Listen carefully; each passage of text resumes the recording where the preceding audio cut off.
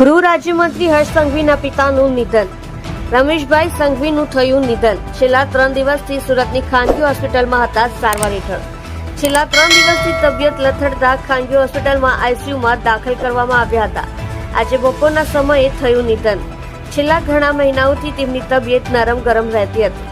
Corona કાળ પછી તેમને સારવાર માટે હૈદરાબાદ પણ ખસેડવામાં આવ્યા હતા.